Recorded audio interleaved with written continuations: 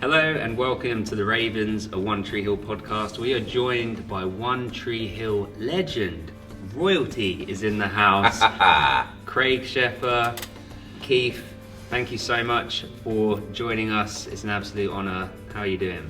Doing great, having fun. We're here in Sheffield, England, doing a horror convention for my One Tree Hill fans who don't know. I've done a few horror movies. The biggest one being Nightbreed by Clive Barker. It was a long time ago when most of you were still we probably weren't even in the womb yet. Let's not get into that. Anyway, so I'm up here in Sheffield and we're having a really good time. And these guys showed up. They drove the whole way up from Shithill, England. And yeah, pretty much. Said, can we do a little interview? So I said, anything for my One Tree Hill fans. And we're incredibly grateful. Thank you. Firstly, how does it feel to know that One Tree Hill has this legacy and that, people all over the world know you and, cried when you were wrongfully killed? And how does it feel to have that longevity? It's amazing, and probably one other thing I've done, which is River Runs Through It with Brad Pitt, Robert Redford directed it, is, that carries on. No matter where I go, somebody always stops me and talks about it. And the other one that's like that is One Tree Hill. It's a phenomenon. We finished it, I think 2011 or 12, and here it is 10 years later. And about 3 weeks ago, I was in Paris, and we met 3,000-4,000 One Tree Hill fans that came to a convention there, and it's just amazing that how much it moves people. And for young people, it seems to. We hear this constantly, and it really got me through these tough times in my teenage years, and I think that's a really special thing to hear about any artistic project you do, something that actually affects somebody in their day-to-day lives and moves them to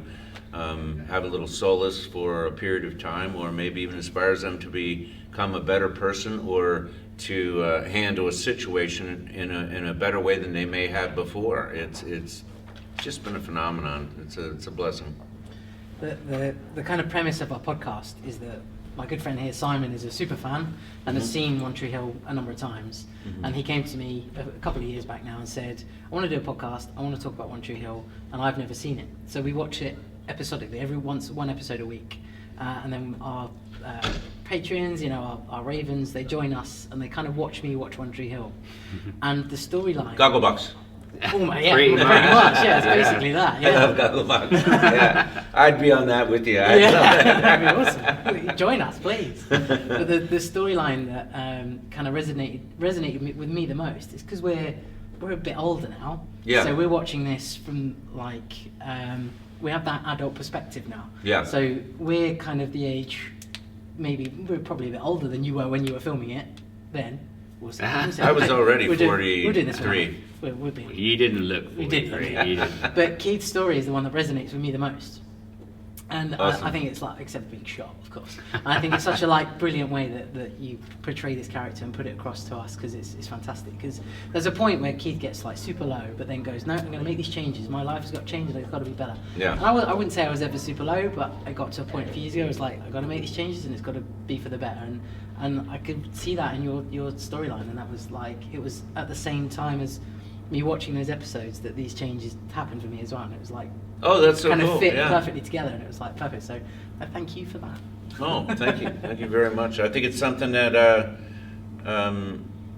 that we all should do constantly, right? Take stock of ourselves and try to be the best versions of ourselves that we can be. And it made me really happy to portray that character. Keith was really there for people, and I try to do that in my life. I try to do it more and more all the time, and yeah, especially with young people, being a bit of a mentor, guiding force. It's a great thing to be. And that's what your character was to Lucas. And so when I watched the show, I watched it when I was younger, and I always identified towards Lucas and his kind of sensibilities and vulnerabilities. Yeah. And to have your character as that guiding uncle to obviously his megalomaniac actual father in dad is very, you were a great guide to him. And did you enjoy playing that sort of you're kind of like a rustic everyman, but Yeah. with like a great heart. Was it enjoyable to be that, or do you also enjoy doing the villains as well? Yeah, I like playing both. You know, villains are always any actor will probably tell you it's more fun to play a villain, a bad guy, because you know you get to do more crazy stuff and be a little more on edge. But you know, and Keith was a little bit like, you know, River Runs Through It, where I'm the straight guy with the heart who tries to help the people around him, and it's something that really fits me for some reason. I really liked playing, you know, both those characters, Norman and Keith, and I like playing those kind of characters. But I just played, you know, Richard Nixon on American Horror Story, who was a very Machiavellian bad guy, and that was a blast too. But it's nice when we do the conventions or I meet fans and they say, "Oh, I just always wished I had an Uncle Keith," you know, and it makes me feel good. It's really nice. Did you want to, and did you get to watch the rest of the show, or were you kind of like, I'm out of it now, I'm moving on to other projects?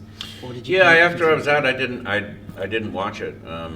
Oh, I shouldn't say that. No, I did watch it. I still watch some stuff when I would find out certain things were going to happen, and from some of the people, I would watch stuff, and then of course I came back as a ghost.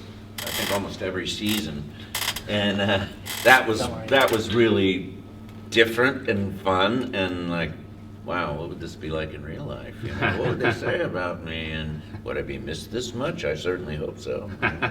And did you get to keep any props or anything? Did you have any like mementos that you kept from the show? I don't think so. I don't remember having a lot of props or. Well, we love your wardrobe and what you're wearing, which we know kind of famously was you My sort of own clothes, insisted, yeah. right? Because we love the fact that you would play basketball in like boots, in like Timberland boots. boots. So all my friends in real life make fun of me because I never take off my Timberlands, right? So now I got these new boots because they're waterproof and you know they're good when you go to London to Europe for 3 weeks.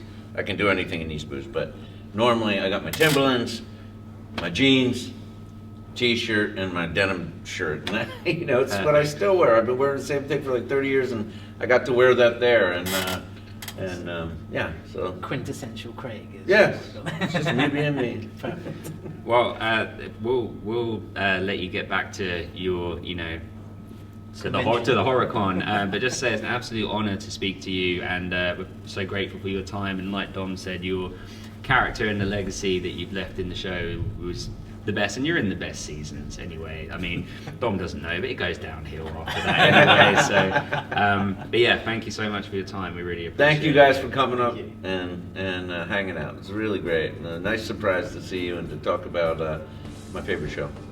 Yeah. Pleasure to meet you. Awesome. Thank Pleasure. you. Thank you. Thank you guys so much. Thank you so much, man. Yeah. That was awesome. Perfect. Yeah, very Absolutely cool. perfect. Wicked. We're so we've had the brilliant opportunity to talk to Paul and That's great. Barbara, but you're the first one we met in person. Yeah, Oh, that's that's great. Super. So thank Oh, you. you should have come to Paris.